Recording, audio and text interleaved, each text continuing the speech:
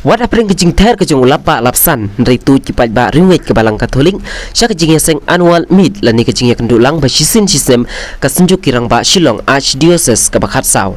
Ya kan kejing seng lapan long meni kesni haka arpulai tarik uyayong bat lapan hap perdano dau Archbishop u Victor Lengdo.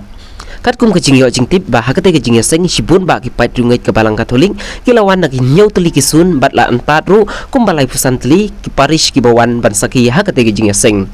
Ya kate kejing seng lapan long ru hakalempung parish nong Sirangan.